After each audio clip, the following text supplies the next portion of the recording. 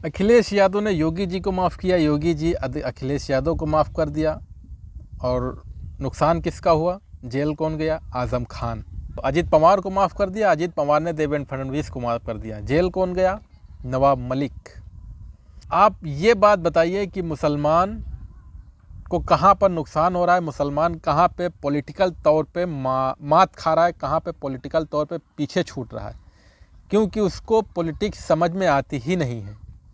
उसको सिर्फ ये समझ में आता है कि अखिलेश भैया, राहुल गांधी, मायावती, तेजस्वी यादव हमेशा सीना खोल के जवानी कुर्बान करने के लिए बेताब होने वाला नौजवान कभी भी नहीं सोचता है कि हम पूरे देश में 16% होने के बावजूद भी कहीं भी किसी राज्य में 1% भी अपना रसूख नहीं रखते हैं सत्ता के अंदर। कोई भी राज्य ले लो, उत्तर प्रदेश ले लो, मध्य प्रदेश ले लो, राजस्थान ले लो, बंगाल ले लो, हरियाणा ले लो, झारखंड ले लो, बिहार ले लो, महाराष्ट्र ले लो। इन सब राज्यों में अच्छी खासी मुसलमानों की पॉपुलेशन है, अच्छा खासा मुसलमान रहता है, खाता है, कमाता है और अपनी चैन से ज़िंदगी गुजारता है। मगर जब पॉलिटिक्स की बात आती है, जब वोट देने की बात आती है, वो किसी एक नेता के पीछे इस कदर पागल होता है, इस तरीके से उसके पीछे लग जाता है दरी बिछाने के लिए। ऐसा लगता है कि बस अब ये जीतने के बाद पूरा जो भारत रत्न का अवार्ड है इनको ही मिल जाएगा। और चुनाव जीतने के बाद क्या होता है? इनका चुनाव जीतने के बाद क्या होता है कि वो दूसरी पार्टी में चले जाते हैं। एग्जाम्पल आपके सामने नीतीश कुमार है, एग्जाम्पल आपके सामने आरएलडी के प्रमुख जो हैं जयंत चौधरी वो है। तो मुसलमानों को मुझे लगता है कि अब इन सब चीज़ों से बाज आ जाना चाहिए। मुसलमान के जो नौजवान हैं जो बिना सोचे समझे वोट दे आते हैं, उनको अब एक अच्छे प्लेटफॉर्म को तलाश करना चाहिए, सोचना चाहिए और उनको देखना चाहिए कि हमारे लिए कौन काम करता है, कौन हमसे बेवफाई करता है, वोट लेके कौन हमारे पीठ पीछे बुराई करता है। तो मैं आपको वो कुछ नाम बताने जा रहा हूँ कि अगर ये लोग पॉलिटिकल तौर पे मिल जाते हैं तो मुसलमानों को किस तरीके से फ़ायदा होने वाला है और किस तरीके से मुसलमान इंडियन पॉलिटिक्स में अपना दबदबा कायम कर सकता है। तो पहले नंबर पे है आज़म खान। आज़म खान के साथ समाजवादी पार्टी ने जो किया है वो किसी से छुपा हुआ नहीं है। तो मुझे ऐसा लगता है कि आज़म खान को इस्तीफ़ा दे के AIMIM पार्टी ज्वाइन कर लेनी चाहिए या उनको एक अपनी अलग पार्टी बना लेनी चाहिए। क्योंकि ऐसा करने से क्या होगा कि मुसलमान को कुछ ना कुछ तो फ़ायदा होगा।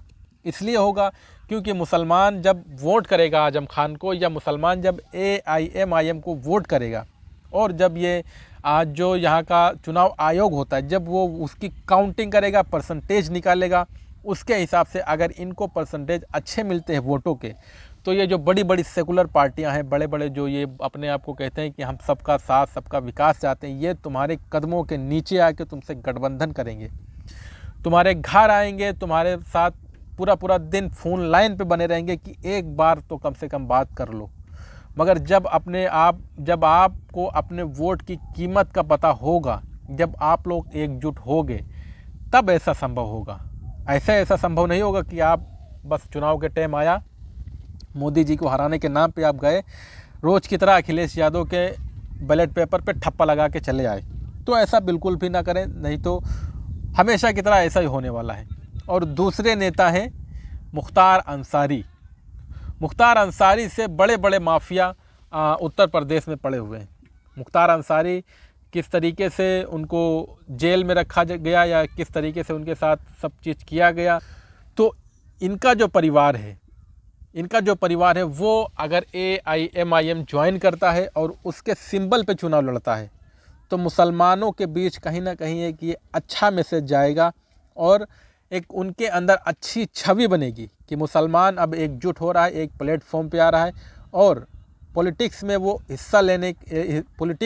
हिस्सा ले रहा है। और इंडियन पॉलिटिक्स जो सदियों से उसके साथ नाइंसाफ़ी हो रही थी, अब उसके साथ इंसाफ करेगी।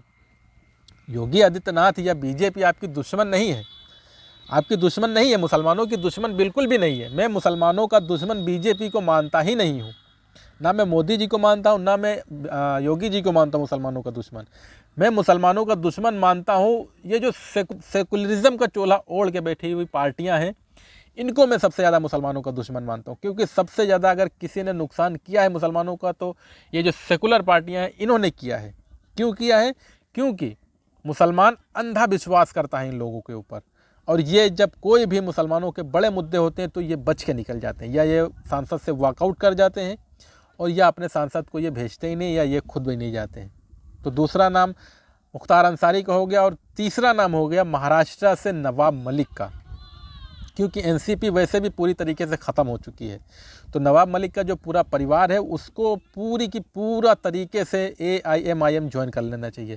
क्योंकि महाराष्ट्र में AIMIM बहुत ही मजबूत है और बहुत ही पावरफुल है। उससे होगा क्या कि महाराष्ट्र का जो 12 से 13% मुसलमान है वो एकजुट होकर इनको सपोर्ट करेगा AIMIM को, जबकि नवाब मलिक का भी अच्छा खासा वहाँ पे पकड़ है, अच्छा खासा इनका वोट बैंक है। इनके कहने पे ही मुसलमान एनसीपी को वोट देता है बीजेपी को हराने के लिए। मगर जब बीजेपी के ही साथ जाके एनसीपी के नेता मिल जाते हैं, और देवेंद्र फडणवीस जो कल तक कहते थे कि हम अगर जीतेंगे तो अजीत दादा जेल की चक्की पीसेंगे, जेल जाएंगे, और वही उनके साथ मुख्यमंत्री बन के बैठे, उप मुख्यमंत्री बन के बैठ के कुर्सी का मज़ा लेते हैं और सत्ता की मलाई खाते हैं।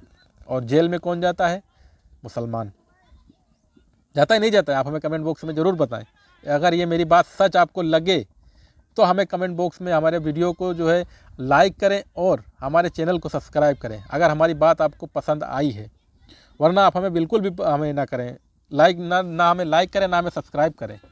क्योंकि मैं ये वीडियो ना तो किसी कमाई के लिए बनाता हूँ और ना ही मुझे कोई शौक़ है। मुझे सिर्फ़ और सिर्फ ये बताने के लिए मैं वीडियो बनाता हूँ क्योंकि मुसलमानों के अंदर किस तरीके से पॉलिटिकल को लेके कोई सोच समझ है ही नहीं।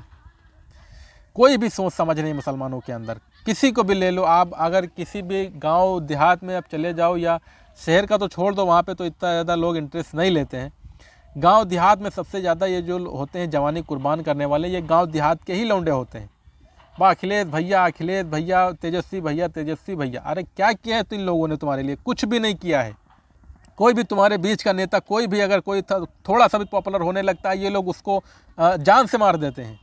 आपके सामने एग्जाम्पल बिहार का ले लो। अब तक के MIM के 2 नेताओं का कितनी बुरी तरीके से हत्या हो चुकी है, क्योंकि वो थोड़ा सा AIMIM बिहार में उभर रही थी। जैसे ही उभरने का कोशिश किया, 4 विधायक 5 विधायक जिसे वैसे ही RJD ने तोड़ लिए। जैसे ही यहाँ पे पीस पार्टी 2012 में उसके 7-8 विधायक जीते, वैसे ही पार्टी जो समाजवादी पार्टी, वैसे ही उसके विधायक खरीद लिए। तो ये कहीं ना कहीं मुसलमानों को सोचना चाहिए कि हमारे साथ ऐसा बार बार क्यों होता है, और हमारे साथ ही क्यों होता है। क्योंकि ये सत्ता के लोग हैं, चाहे वो अखिलेश यादव हो, तेजस्वी यादव हो या बीजेपी हो, इन लोगों के साथ हमेशा पर्दे के पीछे साठगांठ बनी रहती है। बलि का बकरा बनता है मुसलमान। अगर ये बात आप हमारी सच समझते हैं तो हमारे चैनल को सब्सक्राइब जरूर करें, और हमारे वीडियो को लाइक करके हमारे चैनल को शेयर करें, और हम आपको साथ मिलते रहेंगे। आपको हम ऐसे ही अच्छी बातें बताते रहेंगे। तब तक कि आप हमारा चैनल सब्सक्राइब नहीं किया तो ज़रूर कर लें, और हम आपको मिलेंगे अगली वीडियो में। ऐसे इन लोगों को एक्सपोज करते रहेंगे।